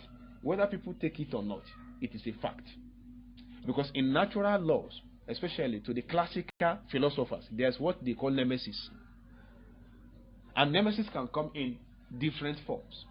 So once we can't argue and dispute the fact that there is nemesis, we can't argue that what the Chinese are going through is is a punishment from what? From above. So of course there are punishments like that. There are times people will go to the hospital to complain for a particular sickness or ailment. They will be diagnosed. Series of tests will be carried out, at the end of which nothing will be spotted. They come back home, begin to engage in rigorous prayers, after which the pictured disease situation vanishes. So it happens like that. So that is what we see in China. And that doesn't mean that you shouldn't be prayerful. People don't like you and me. People hate you and me. Those who attack us openly like this are in fact much better than those who do not show enmity. There are many who don't show enmity. They don't display enmity. They don't showcase it, but they hate us with passion, and they can go extra miles in making sure that we live no more.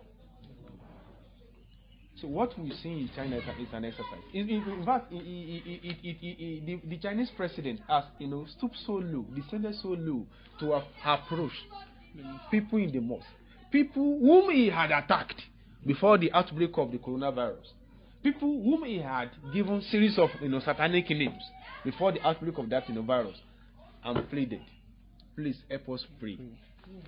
Look at that. Look at it.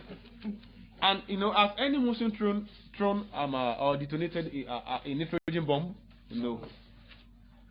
So that is the reality of Quran. So, but as for the mercy killing in Islam, you don't lose all hopes whenever disease befall. Whenever disease is rather befall, don't lose all hopes. There are times people are being slated to die. There are times people will be described as not being able to withstand the diseases that could have befallen them. After some period, they will just go over those diseases. They will live later, and they will live for like 30, 20, 40, 60 years thereafter. It means it isn't diseases that kill. It is not diseases that kill. Who kills? It's Allah that kills. And that's why you shouldn't rush headlong into mercy killing. Mercy killing means that you are looking at the condition of a particular sick person, and you also couldn't feel what you see. You couldn't endure. You couldn't withstand the sufferings the person is going through, and you say, okay, let us inject him instead of him to be agonizing rather in this manner. If he dies becomes comfortable after death, that pays than to leave him agonizing. So there are times emotions overwhelm us in that manner. So we don't allow emotions to overwhelm us. You may say he will die. There are people who were once diagnosed for HIV virus and who now live, but they were in the first instance diagnosed for the virus. And once one gets diagnosed for the virus, it is as if one has written one's death warrant. So that is how it is to people. But that is not how Allah does it. There are deadlier diseases than the HIV. There are deadlier diseases than the HIV, with which people could have been, for which people could have been diagnosed, and with series of, medications, being concerned with what they consume, and being connected with the prescriptions that the medical practitioners give them. They survive those diseases. So mercy killing is out of Islam. Allah says, وَلَا تَقْتُلُوا أَنفُسَكُمْ إِنَّ اللَّهَ كَانَ بِكُمْ رَحِيمًا لَا تَقْتُلُوا أَنفُسَكُمْ. Don't commit yourselves to death. لَا تَقْتُلُوا أَنفُسَكُمْ إِنَّ اللَّهَ كَانَ بِكُمْ رَحِيمًا. Look at what Allah says. Allah says, I've prepared, or let me say in a concessional state, I had been merciful. I had been merciful before the outbreak of diseases. لا تقتلوا أنفسكم إن الله كان بكم رحيما. You may think that I will not rescue you, but I had made myself into a helper before the outbreak of diseases come knocking. So that is for the second thing. Islam frowns at mercy killing. But what the Chinese people are going through is nothing but one, self-inflicted nemesis. Secondly, a punishment from what? From Allah. And Allah says, Atadu man adallallah aturidu aturiduna an tahadu man, a verse in Surah An-Nisa. Aturiduna an tahadu man adallallah. Are you going to save? Are you going to protect? Are you going to rescue people whom Allah has destined for punishment? You're going to rescue them. You say, Allah, don't punish him now. He's my friend. You wouldn't do that too. The third one is opposed to the most eligible person. Thank you, my sister Wasila, for this question. It's a very wonderful question. As far as living, yes sir, 10 minutes. as far as living in a multi-faith, heterogeneous, multi-religious society like Nigeria, is concerned, it is a good question. I accidentally may be the head of service for this state or head of service for the federation. So I'm a head of service in a cosmopolitan state, in a state where multi-religiosity is a factor, in a state where multi-ethnicity is a factor, in a state where not only Muslims are living there, in a state where sometimes Christians predominate. How do I do? What do I do? Islam tells us that whatever you are going to do in life, do it passionately well. In Allah yuhibbu abdan idha amila amalan an yutaqina. Allah loves a slave who is always meticulous over whatever he does. If you want to be an accountant, be a chartered one. If you want to be a legal practitioner, be an indispensable one. If you want to be a medical practitioner, be an indispensable one. Don't be a dullard. Never should you be a mediocre. If, peradventure, I find myself in that situation, is a Muslim brother, very close to me, but he's coming from nowhere, a non-Muslim, but he is much more eligible than my brother here is. Do you know what I will do? Because if I give my brother that position, I know he's not competent. And giving him the position will mean that he's going to spell doom to the future of the woman in the years to come. That is just the implication. Several times we give positions to quack doctors. Do you know what they do? We give positions to quack lecturers. Quack lecturers. Do you know what they do? They make the institution where they are working what a hell thereafter. So if I really love him, the job wouldn't go to him. That is what Islam teaches. And sometimes you don't emotionalize events and issues in Islam. Don't subject them to emotion. When he was burning the midnight in oil, where were you? When he was passionate about what he wanted to achieve in life, where were you? What were you doing? I told you, I think around the 6th century of the Christian era, Christian Europeans wrote letters to the Muslims in Baghdad. They said, we wanted you in Spain. What were their qualifications? They were convinced that they would rescue them. These Muslim people... continue after okay. So we are going to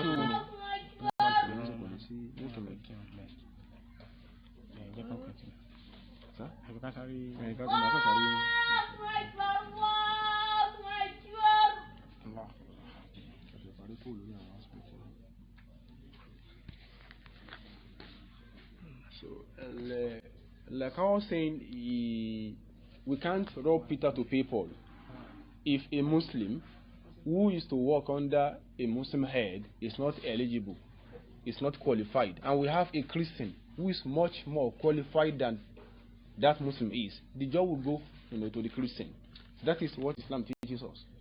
And we have instances like that in the Islamic history, when the Muslim caliphs, especially the successive ones during the Abbasid periods, would employ Christians and Jews to the critical positions in the Islamic under the Islamic government. So they are our predecessors in this regard, and that is what Islam what the Prophet told Muaz bin Jabal when he was deploying him to Sham. He says, you are going to meet the people of the book. Call them to prayer. Call them to believe in Allah. Call them to the fact that I'm the Prophet. They pray to them. And whenever they do all this, tell them that Allah says they should pay zakat. I'm trying to give the summary. And he says, وَإِيَّاكَ وَكَرَائِمَ أَمْوَالِهِمْ. Don't ever covet their property. Don't ever covet their property. وَاتَّقِ دَعْوَةَ الْمَظْلُومِ. Fear the cause of the oppressed. فَإِنَّهُ لَيْسَ بَيْنَهَا وَبَيْنَ اللَّهِ حِجَابٌ. Nothing will create a shield exceed against the cause of the oppressed from being effective. So we're not going to rob a qualified Christian. We're not going to deprive a qualified Christian of what he or she is entitled to. He's going to work in an office that is not in a purely Islamic office, a public office, where the dictates of my father wouldn't work. He's going to It's going to work under a number of laws, conventions, rules, the writing of which I have no hand. It's not going to serve me while working under me. So why will I deprive him or her of what he or she is entitled to? Islam doesn't teach that. Then, under the Islamic government, or in an Islamic country, or in an Islamic state rather, non-Muslims, the Jews and Christians, are allowed to perform their religious rites on the conditions that they wouldn't discomfit their Muslim hosts.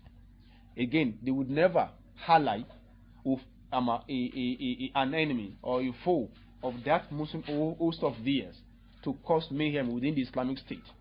We have in history a particular Islamic historian, Dr. Muhammad Amara, says that جميع كنائس القاهرة الحديثة محدثة في الإسلام بلا خلاف. All the churches you see in Egypt were constructed while the Muslims were in government. All the churches in Egypt till today were constructed fil Islam under the successive Islamic government bila khilaf, without any controversy.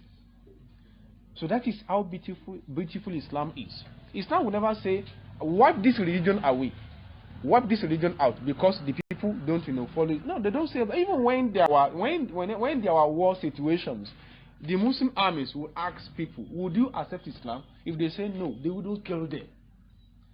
They will only be paying tribute. You know what tribute means? When you live in the UK, wouldn't you pay taxes?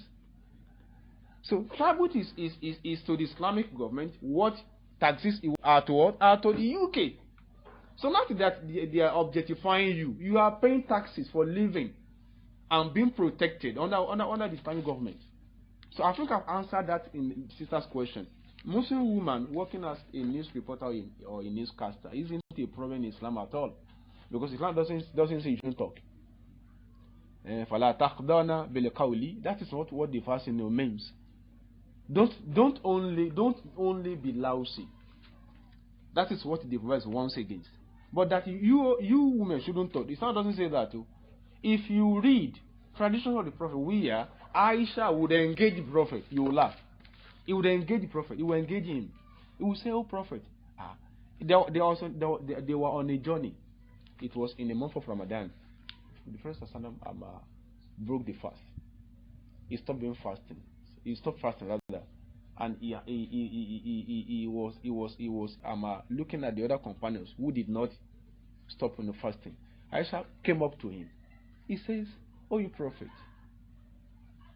have Taruta, Wasumuna.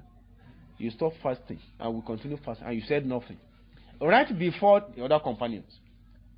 Wa Kosorta, and you shortened your prayer. Wa Atmamuna, and we completed ours. Is that how Allah has commanded you?" So women do talk in Islam, but our society has constructed mass communication as a profession in a satanic version. You can't work with this regalia, with this BCS. I don't know why you can't work. I don't know. Probably does the job speak? Okay. We are going to pause right here. So we go for Salat, and after Salat, inshallah, we will complete the remaining aspect of the program. May Allah bless it and bless us. Ameen. So Allah be constant. We were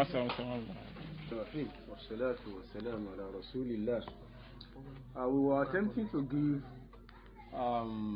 perfect answers to the third question before we went for Salah. And I will say we shall be back terrain of profiling answers to the question as stated. Can a Muslim work as a newscaster or as a broadcaster? And I responded in the positive that nothing in Islam forbids or makes it a crime for a Muslim woman, a Muslim lady, to work as a newscaster. And I want to put it across to us that we can quote this anywhere. If anyone, truly the wives of the companions were like people say, and like it is recorded in our historical books, were secluded. They were into seclusion, and the fact that they were secluded did not mean they didn't work. We should get that noted. There was a particular tradition, let me say there's a particular tradition of the Prophet ﷺ, where a female companion whose husband just passed away was met by one of the other male companions while trying to go into her farm. She had a farm, a large farm that she was monitoring by herself. She was to remain in a waiting period, the Eida, but there was no one to cater for her. But she had a farm, so she was on a journey. So she was on the path to witnessing what was going on the farm, whether the produces were ripe for harvest or not. So a male companion said, "Hey, you are outside working. You shall be engulfed by hell, by fire." So that male companion went to the Prophet and reported that he had seen her on the way to her farm. The Prophet sent for the woman, and when the woman came, asked her a number of questions. When she responded, he told her that he said, "Juldi nakhilaki, go and harvest your date trees. Harvest your date trees. La'allaki, probably you yourself, tentafi'ina, you are going to make good of what you harvest. You are going to make good of what you harvest." So he was telling the woman that what she was doing wasn't forbidden in the religion. So that is an aspect. And there was another aspect. We are one of the wives of the Prophet Sophia. Sophia was the daughter of Umar. No, Afsa, the daughter of Umar, one of the wives of the Prophet she had a younger sister who was living with her right inside the Prophet's house. Sophia was Hafsa was a nurse, and from that tradition we got to know that she used to go out to practice and what she was known for. But on that fateful day, she was a bit bashful, shy. She never wanted to go out without having known what the position of the Prophet would be. She had to send her younger sister Sophia to ask the Prophet the question that is it a sin for a woman not to go to a normal daily routine because she does not have a jilbab to put on? And the response of the Prophet was that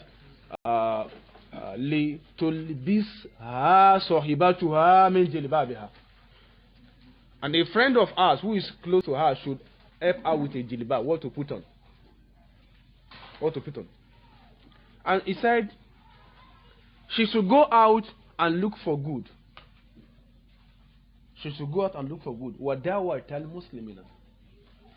And the prayer that will come from the hand of the Muslim. Whoever sees rather a Muslim lady, probably as a medical doctor in one of the hospitals, is the person going to cause or pray for her?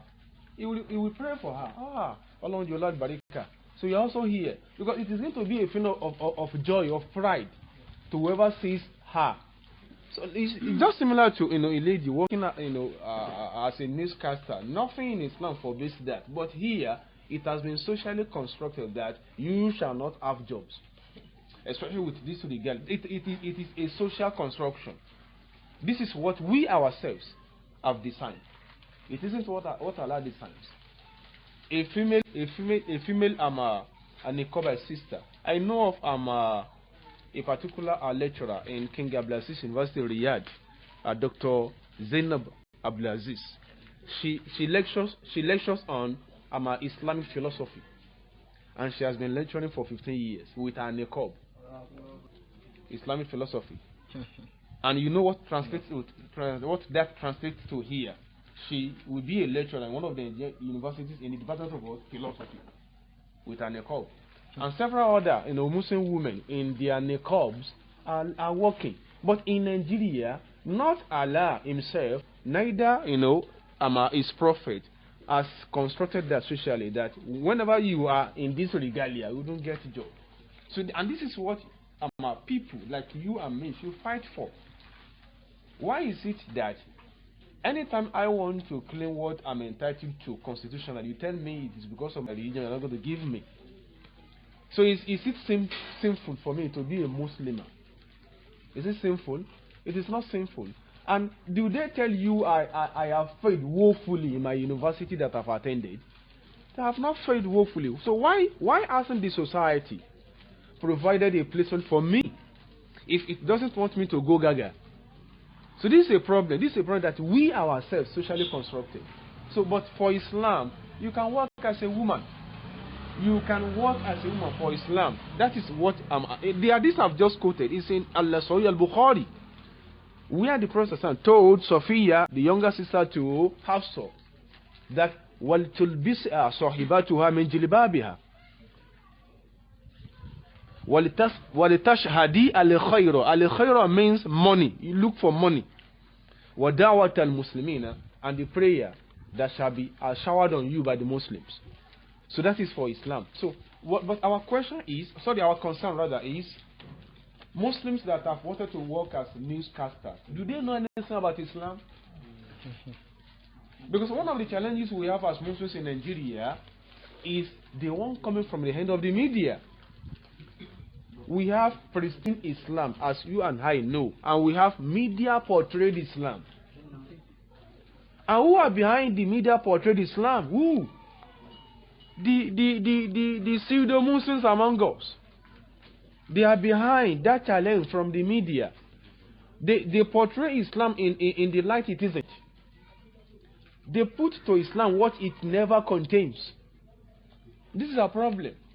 And even if you are not going to work as a newscaster, as a Muslim or as a Muslimah, it is incumbent on you to be engrossed in the teachings of Islam. I don't study Islamic studies in school. Those who know here. Those who know. It isn't my calling. Islamic studies is not my calling. But if you are a medical doctor, you should have a way or two where you are going to be an ambassador of Islam. And those who attack us know that we know nothing about our religion. People who come to you and tell you that your prophet had married to Aisha while being a gay child, know that you know nothing as a gasda. They know. People who come to you and tell you that why would you allow yourself to be imprisoned in this regard? But they tell you are imprisoned. They tell you are in bondage and you agree. And that is why you want to go stylish rather. You want to appear trendy. You want to try to make your hijab seem liberal, seem contemporary, as against what the Prophet has actually preached. So it is a problem on our part. If you are able to make yourself indispensable, even the chevron shall be after you. The mobi shall be after you. But where are those Muslims behind whom the chevron will run? Where are they?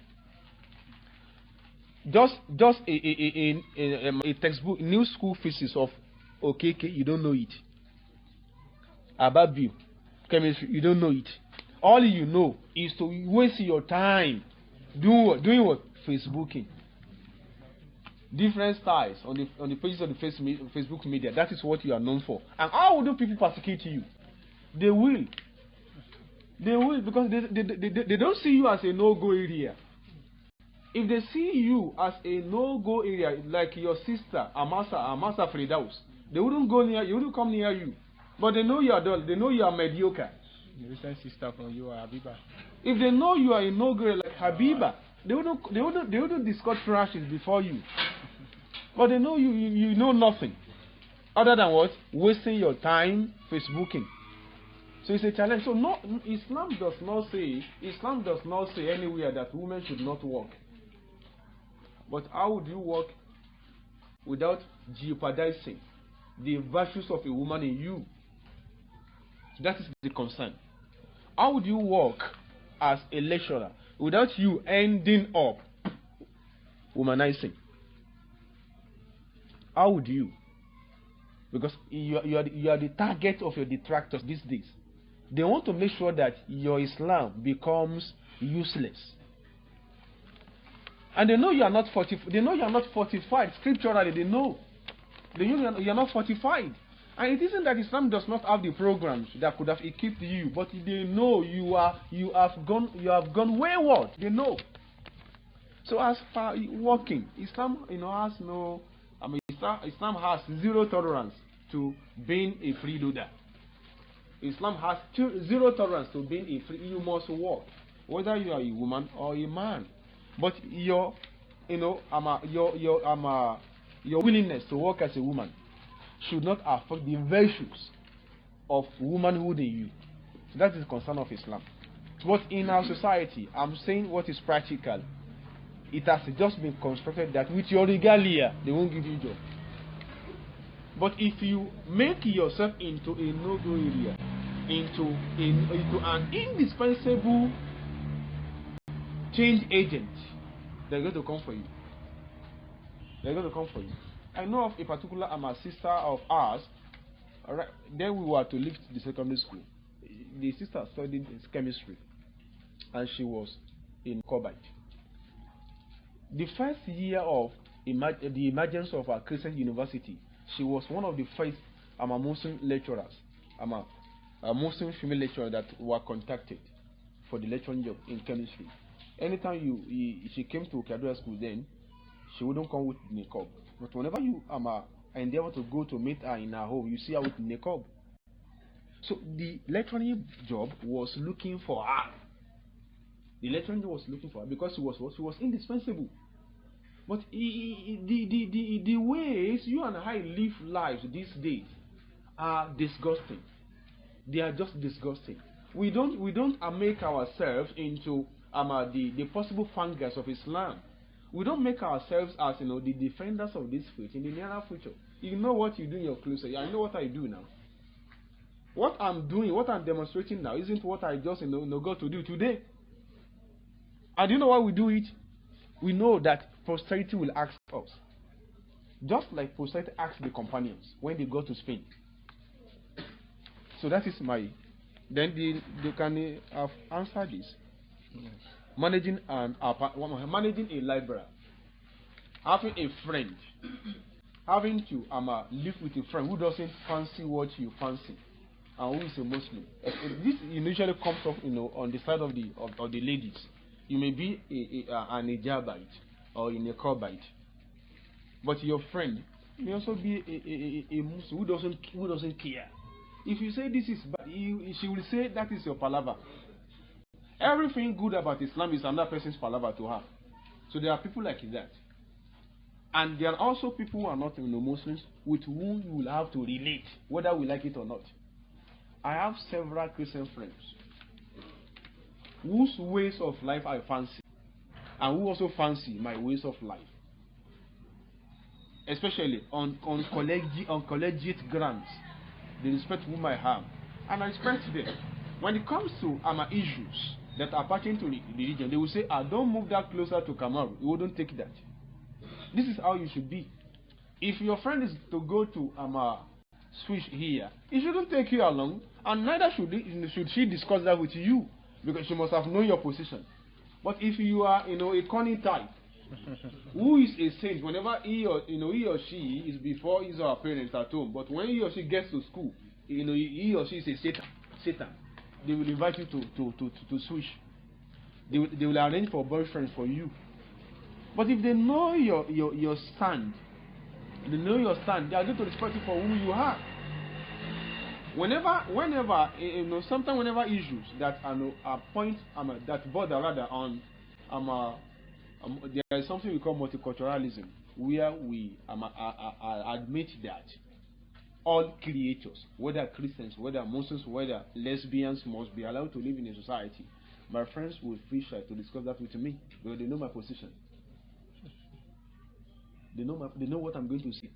In fact, they know my style of reading. They know books I read, no books I don't read. This is what we expect from a Muslim. So you don't feel jittery.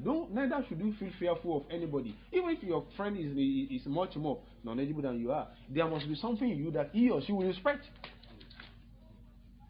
But in most cases, we discover that you live in seclusion. You don't want to intermingle with people. Not in this world. Because the Prophet didn't do that in Medina. He had to live with the Jews. And he had to contend with the fact that the economy in Medina was within what? The grip of the Jews. He didn't run away from them. But they saw an epitome of an authority in him. This is the same thing I expect from us in this contemporary time. My friend here wouldn't just... Yours is to... Sometimes you make your acts, your reasonings, your attitudes speak to people, not your verbal pronouncement. Do you understand? Let your friend be compelled to ask you, don't you free the James? Probably they do discuss about boyfriends, for instance. And whenever each time they begin the discussion, you get yourself engrossed with something entirely different from what they are discussing. Probably you take a book, or you just keep yourself busy. If such thing continues, they are going to be forced to ask you one day, Auntie, oh God, you know they do that now, because from your attitude you showcase your position, and it isn't that you are not going to get married. You will get married one day, but you don't misplace your priorities.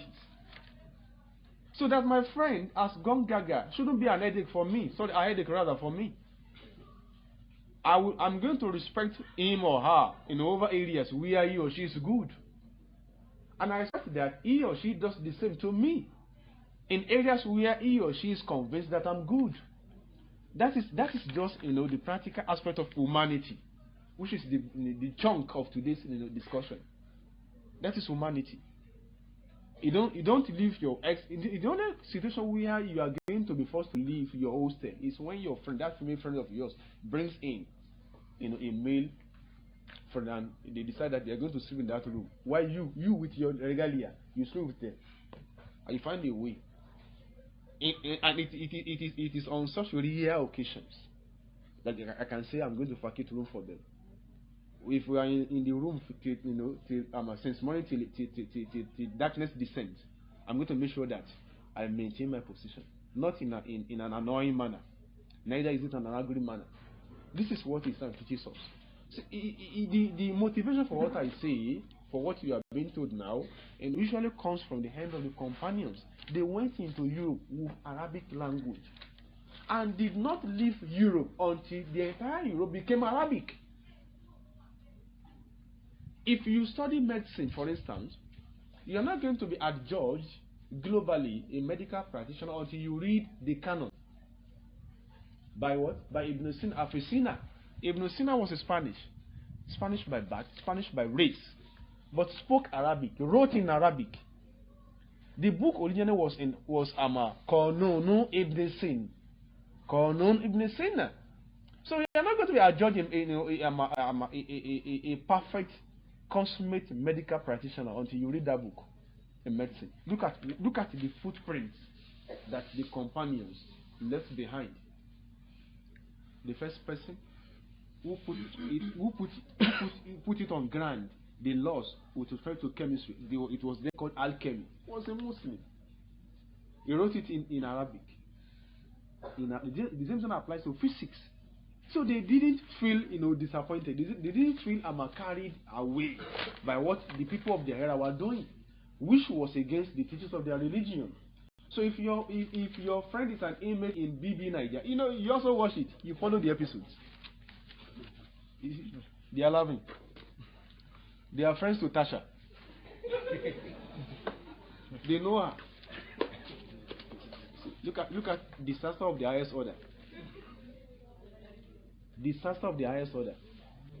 You know who Tasha is. And if a particular name is mentioned in your chemistry textbook, you don't know it. The source of the highest order. Look at what you are saying. It was the Muslims that changed the course of history in Europe. Europe did not change their personalities. Europe did not change their personality. They changed Europe with their religious personalities. But you know, the converse is the case now. It is the society that changes what? Our personality. It forces us. It compels us to follow the lyrics it sings on daily basis. It's a problem. So my sister, if your roommate doesn't fancy your style, your way of life, you shouldn't forgo what you have. I mean whom you are for what she wants. Don't forgo whom you are for what she wants. You should only remain committed to that philosophy that drives your life. And the philosophy is just that my Lord is Allah, and whatever pleases my Lord is what I do.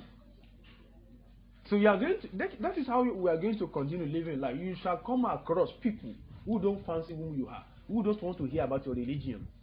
And this is manifest from the teachings of the Prophet ﷺ, especially when he told Muaz, "Innaka satati qauman hala kitabin." You shall come across. That is the message.